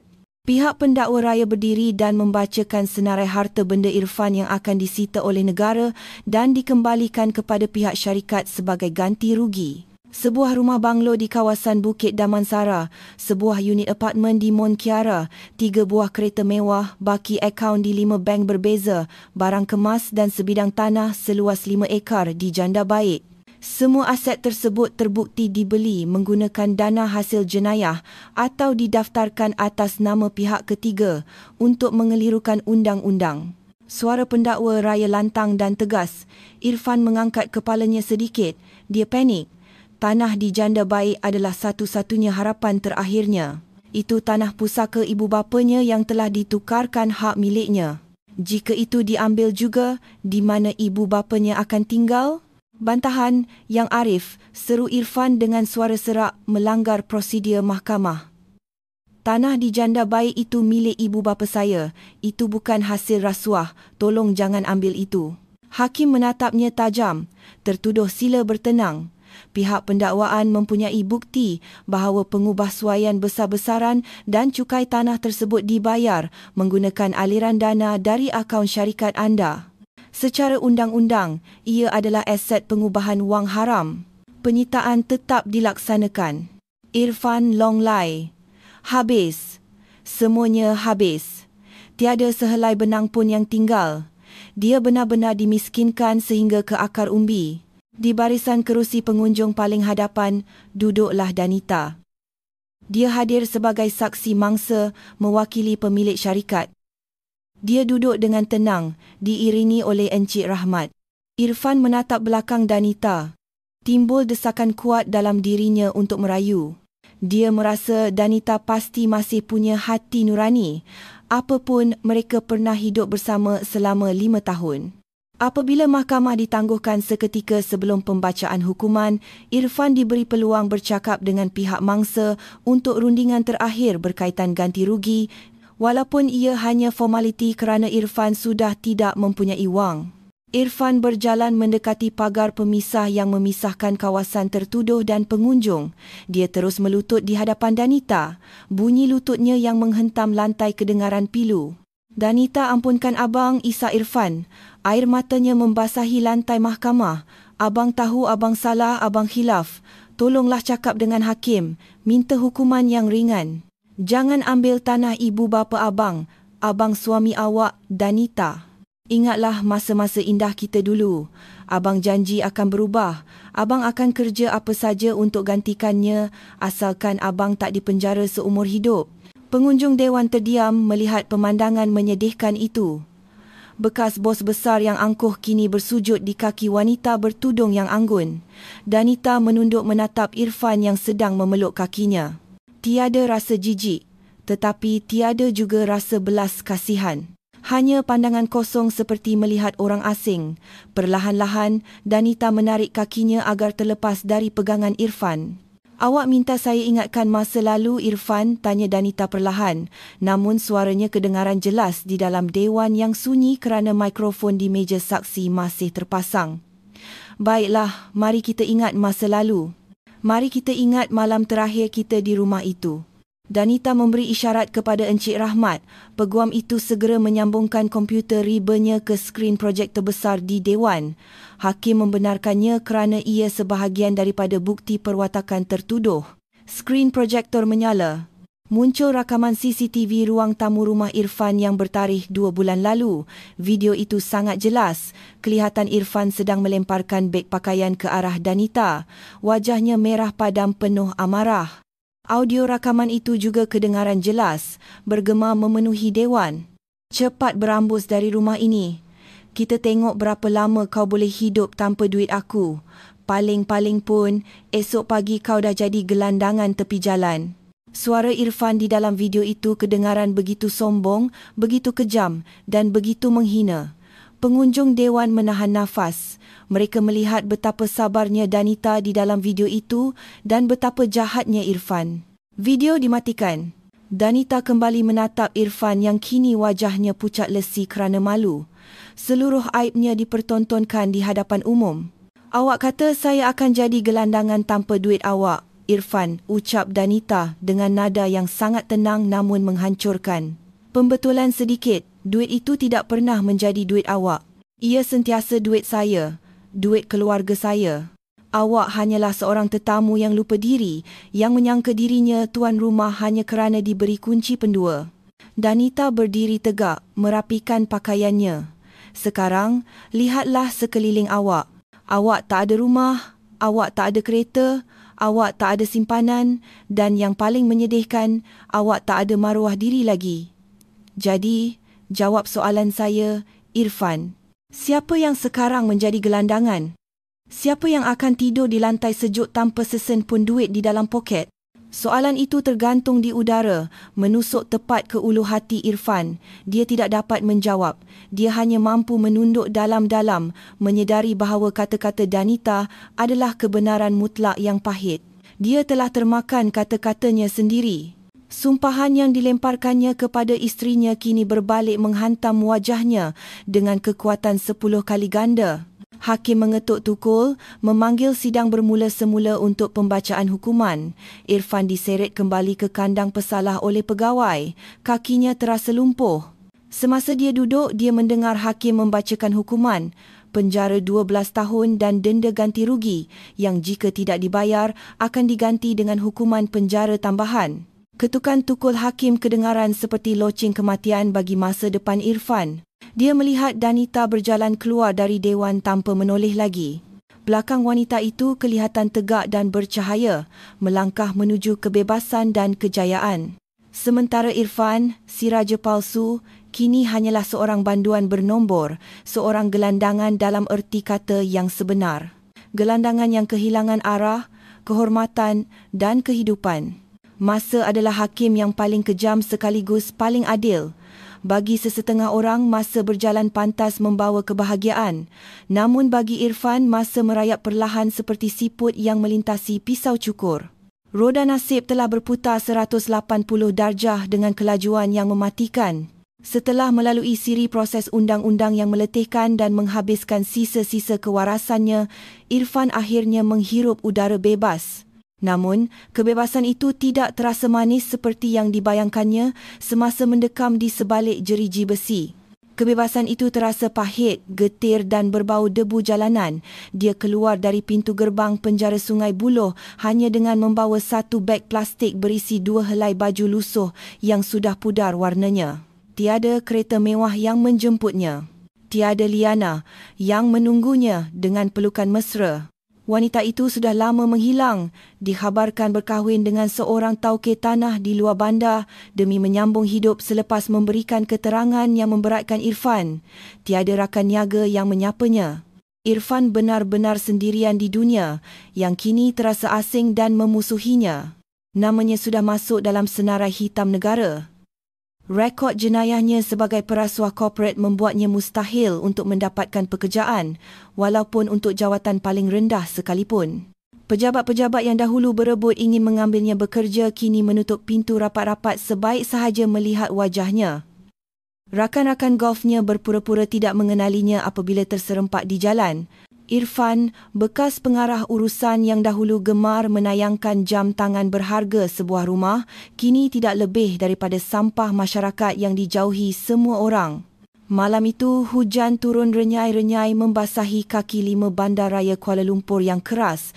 Irfan berjalan terhuyung-hayang dengan perut yang memulas pedih. Dia belum makan seharian. Wang saku terakhir yang diberikan oleh pegawai penjara sudah habis untuk membeli ubat selesema semalam. Dia cuba memohon kerja sebagai kuli panggul di pasar pagi tadi, tetapi dihalau oleh samsing tempatan kerana dianggap terlalu lemah dan tua.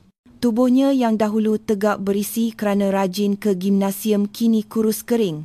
Tulang pipinya menonjol tajam dan kulitnya menghitam dibakar matahari. Irfan berhenti di hadapan sebuah rumah kedai yang sudah tutup. Cermin pameran kedai itu memaparkan patung yang memakai sut kemas, sama seperti yang dipakainya setiap hari dahulu. Irfan menatap bayangannya sendiri di cermin itu. Susuk tubuh dalam pantulan itu sangat mengerikan. Rambutnya panjang tidak terurus dan beruban. Janggutnya tumbuh liar dan matanya cengkung tanpa cahaya kehidupan. Dia melihat hantu dari masa lalunya. Dia teringat bagaimana dia dahulu berdiri megah di hadapan cermin, merapikan tali leher sutranya sambil tersenyum angkuh, bersedia untuk memijak-mijak maruah isterinya. Dengan nafas yang berat, Irfan membentangkan kepingan kadbod terpakai yang dipungutnya dari tong sampah di lorong belakang kedai itu. Inilah tempat tidurnya sekarang, sejuk, keras dan kotor. Dia meringkuk di atas kadbod itu, memeluk lututnya untuk menahan hawa dingin yang menusuk tulang. Bunyi kenderaan yang lalu lalang di jalan raya kedengaran bising, tetapi bagi Irfan, ia adalah lagu pengantar tidur yang menyedihkan. Apabila dia cuba memejamkan mata, perutnya berbunyi kuat, menuntut untuk diisi. Rasa lapar itu bukan sekadar keinginan untuk makan, tetapi rasa sakit fizikal yang nyata. Dia membayangkan nasi panas dengan lauk ringkas buatan Danita. Dahulu dia sering membuang bekal yang disediakan Danita hanya kerana dia mahu makan tengah hari di restoran mewah bersama klien atau Liana. Dia sering mencela masakan Danita yang dianggapnya kurang berkelas. Sekarang, demi sesuap nasi basi pun, Irfan sanggup melakukan apa sahaja. Penyesalan itu datang menghentam dadanya setiap saat, membuatnya sesak nafas. Dia merindui Danita bukan sebagai aset atau penolong, tetapi sebagai satu-satunya manusia yang pernah melayannya dengan tulus. Tiba-tiba, sepasang lampu kereta yang sangat terang menyilaukan matanya. Sebuah kenderaan berhenti betul-betul di tepi jalan, di hadapan tempat Irfan membentangkan kadbod. Irfan mengecilkan matanya, melindungi pandangannya dari cahaya silau itu. Jantungnya berdegup sedikit lebih laju. Adakah ini pegawai penguat kuasa yang akan menangkapnya? Atau mungkin orang dermawan yang mahu memberi sedekah? Enjin kereta itu menderu halus, bunyi yang sangat dikenalinya. Ia adalah bunyi enjin sedan Eropah kelas atasan. Perlahan-lahan cermin tingkap belakang kereta itu turun. Bau pewangi kereta yang mewah dan udara sejuk dari pendingin hawa keluar bercampur dengan bau hapak jalanan. Irfan menegakkan tubuhnya, mengharapkan belas kasihan. Dia sudah membuang maruahnya jauh-jauh. Jika dia perlu mengemis, dia akan mengemis. "Encik, puan, tolonglah encik. Saya belum makan 2 hari. Seikhlasnya saja." "Encik," suara Irfan parau dan lemah. Tangannya menadah dengan gemetar. Pintu kereta terbuka. Seorang lelaki turun dari kerusi pemandu. Lelaki itu memakai seragam safari hitam yang kemas. Dia memegang sebuah payung hitam besar untuk melindungi dirinya dari hujan renyai. Lelaki itu berjalan mendekati Irfan dengan langkah tegap. Apabila lelaki itu berdiri di hadapannya, wajah Irfan pucat lesi. Dia mengenali susuk tubuh itu. Faizal. Itu adalah Faizal, bekas pembantu peribadinya yang ternyata orang kepercayaan Danita. Faizal kelihatan jauh lebih berjaya dan berwibawa berbanding semasa dia masih menyamar menjadi pemandu Irfan. Faizal menatap Irfan dari atas ke bawah tanpa ekspresi. Tiada rasa belas kasihan, tiada rasa benci, hanya pandangan dingin seorang profesional yang sedang melihat timbunan sampah yang perlu dibereskan. "Faizal." "Tu awak?" tanya Irfan tergagap-gagap. "Faizal, tolong saya. Awak kenal saya kan? Saya Irfan. Saya bekas bos awak. Tolong saya Faizal.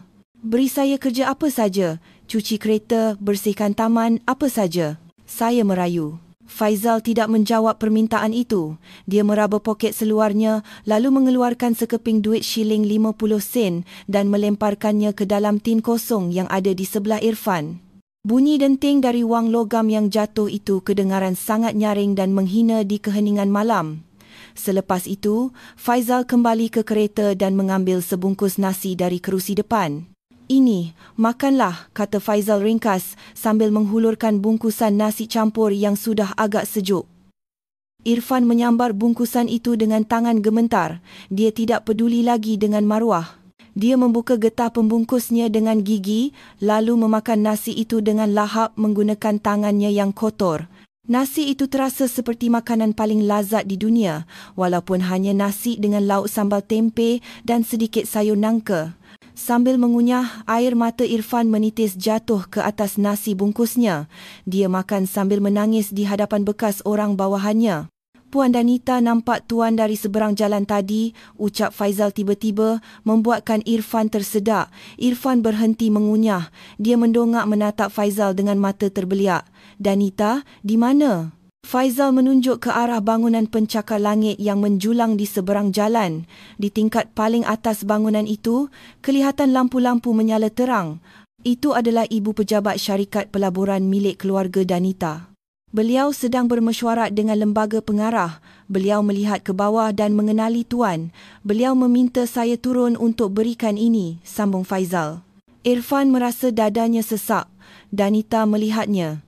Danita melihatnya tidur di jalanan seperti anjing liar. Rasa malu yang luar biasa membakar wajahnya. Sampaikan maaf saya pada Danita, Faizal. Beritahu dia, saya sudah terima karma saya. Saya sudah hancur. Adakah dia puas?" tanya Irfan perlahan. Faizal menggeleng perlahan. "Puan tidak merasakan kepuasan apa-apa, tuan. Bagi puan, tuan hanyalah masa lalu yang sudah ditutup bukunya. Puan tidak membenci tuan kerana membenci bermakna masih peduli. Puan hanya tidak peduli." Kata-kata itu jauh lebih menyakitkan daripada sebarang cacian. Sikap tidak peduli Danita adalah bukti bahawa Irfan benar-benar sudah tidak dianggap wujud. Dia bukan lagi musuh, dia hanyalah debu. Faizal berpaling hendak kembali ke kereta. Namun sebelum masuk, dia menoleh lagi ke arah Irfan yang masih memegang nasi bungkus yang separuh habis. "Oh ya tuan, ingat kata-kata tuan dulu? Tuan kata Puan Danita akan jadi gelandangan tanpa duit tuan." Faizal tersenyum nipis. "Ternyata Tuhan mempunyai selera jenaka yang menarik ya tuan. Selamat menikmati makan malam. Jangan lupa buang sampah di tempatnya." Faizal masuk ke dalam kereta mewah itu. Cermin tingkap kembali naik, menutup akses Irfan ke dunia keselesaan selamanya. Kereta itu meluncur pergi, memercikkan air lopak ke wajah Irfan. Irfan tidak mengelapnya.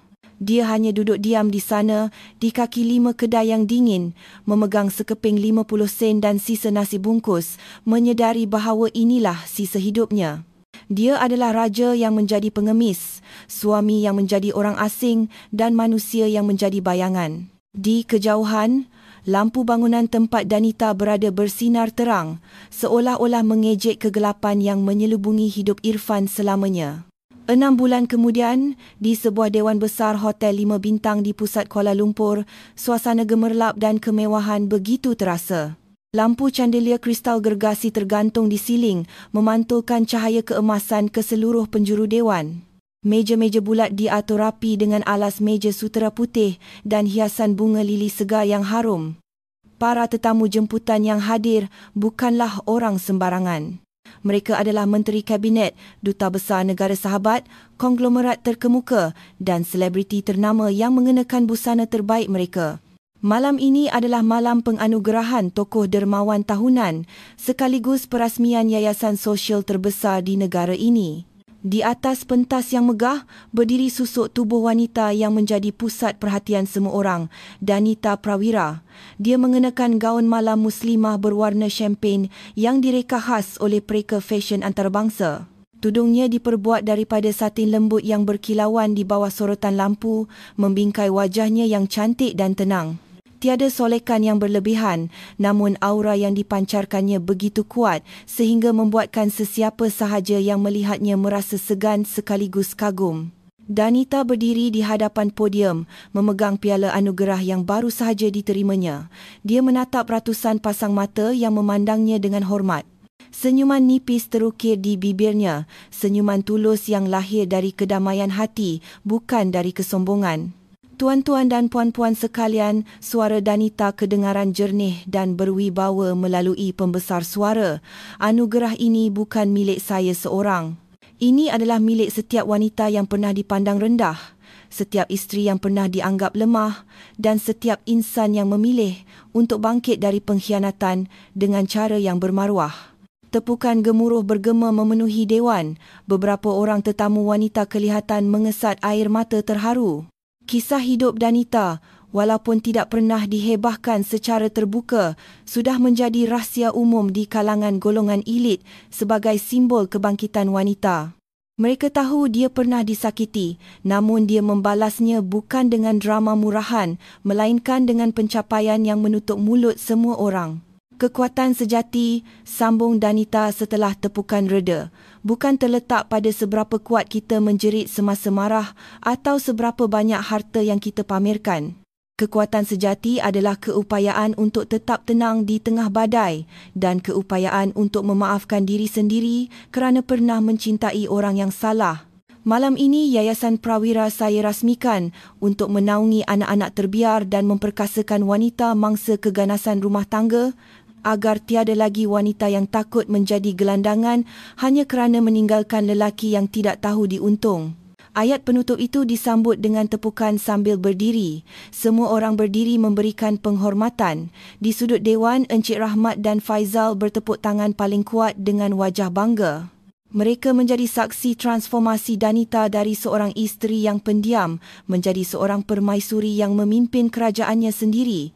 Setelah majlis selesai, Danita berjalan keluar dari dewan diiringi oleh beberapa orang pembantu.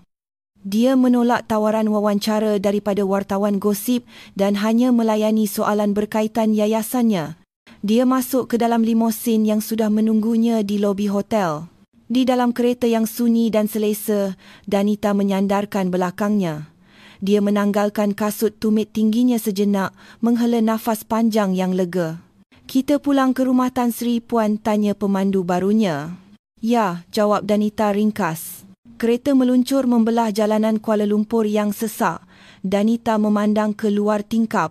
Dia melihat bangunan-bangunan tinggi, papan iklan yang memaparkan wajahnya sebagai penghias muka depan majalah perniagaan dan hiruk pikuk kota. Pandangannya kemudian jatuh pada sebuah jejantas pejalan kaki yang usang di tepi jalan. Di bawah jejantas itu, dalam kesamaran lampu jalan yang hampir padam, kelihatan sekumpulan gelandangan sedang berebut catboard terpakai untuk alas tidur. Salah seorang daripada mereka, seorang lelaki kurus dengan rambut panjang beruban, tewas dalam perebutan itu. Dia ditolak sehingga jatuh ke tanah yang becak oleh gelandangan lain yang lebih muda. Lelaki tua itu tidak melawan. Dia hanya diam, memungut sisa makanan dari tong sampah berdekatan dengan tangan gementar. Danita mengenali susuk tubuh itu. Walaupun wajahnya sudah berubah teruk kerana penderitaan, Danita tahu itu adalah Irfan. Kereta Danita berhenti seketika kerana lampu isyarat merah, betul-betul di hadapan posisi Irfan berada. Jarak mereka hanya terpisah beberapa meter dan sekeping cermin kereta kalis peluru. Irfan yang sedang mengutip sisa makanan tiba-tiba mendongak. Matanya yang kabur menatap ke arah kereta mewah itu. Dia tidak dapat melihat siapa di dalamnya kerana cermin kereta itu gelap, tetapi dia seolah-olah merasakan kehadiran seseorang. Irfan menatap kereta itu dengan pandangan kosong, pandangan orang yang jiwanya sudah mati. Di dalam kereta, Danita menatap Irfan. Dahulu, dia mungkin akan menangis melihat pemandangan ini. Dahulu, dia mungkin akan turun dan memberinya wang. Tetapi sekarang, hatinya sudah neutral. Tiada benci, tiada cinta, tiada kasihan. Irfan hanyalah akibat daripada pilihan hidupnya sendiri. Jalan, encik, perintah Danita apabila lampu bertukar hijau. Kereta kembali meluncur laju, meninggalkan Irfan yang kembali sibuk berebut tulang ayam sisa dengan seekor kucing liar. Danita membuka beg tangannya. Di sana terselit sekeping gambar lama yang sudah lusuh. Gambar perkahwinannya dengan Irfan 10 tahun lalu. Dalam gambar itu, Irfan tersenyum lebar penuh kemenangan, manakala Danita tersenyum simpul dengan tulus. Danita menatap gambar itu untuk kali yang terakhir. Dia teringat masa mudanya yang naif ketika dia percaya bahawa cinta sahaja sudah cukup untuk mengubah seseorang. Ternyata dia salah. Cinta memerlukan integriti. Dan integriti tidak boleh dibeli dengan wang, juga tidak boleh diajarkan kepada orang yang tidak mahu belajar. Danita menurunkan cermin tingkap sedikit. Angin malam berhembus masuk, mempermainkan hujung tudungnya. Tanpa ragu-ragu, dia mengoyakkan gambar itu menjadi cebisan-cebisan kecil. Dia menghulurkan tangannya keluar tingkap dan melepaskan cebisan-cebisan kertas itu. Angin segera menyambar serpihan wajah Irfan, menerbangkannya ke udara, berbaur dengan debu jalanan dan menghilang ditelan kegelapan malam. "Selamat tinggal, bonekaku," bisik Danita perlahan, lebih kepada dirinya sendiri. Kamera menjauh perlahan-lahan dari kereta mewah yang membawa Danita menuju masa depannya yang cerah. Fokus beralih ke tepi jalan di mana cebisan gambar yang terkoyak itu jatuh betul-betul di dalam lopak air kotor berdekatan kaki Irfan. Irfan tidak menyedarinya. Dia terlalu sibuk mengunyah sisa makanan yang ditemuinya, tidak sedar bahawa dia baru sahaja memijak wajah masa lalunya sendiri. Skrin menjadi gelap perlahan-lahan. Cerita berakhir dengan kesunyian yang sempurna, meninggalkan pesanan abadi bahawa roda kehidupan sentiasa berputar dan balasan Tuhan tidak pernah salah alamat. Sang isteri yang disangka lemah kini bertakhta di puncak dunia, manakala sang raja yang sombong telah menjadi debu di bawah kakinya.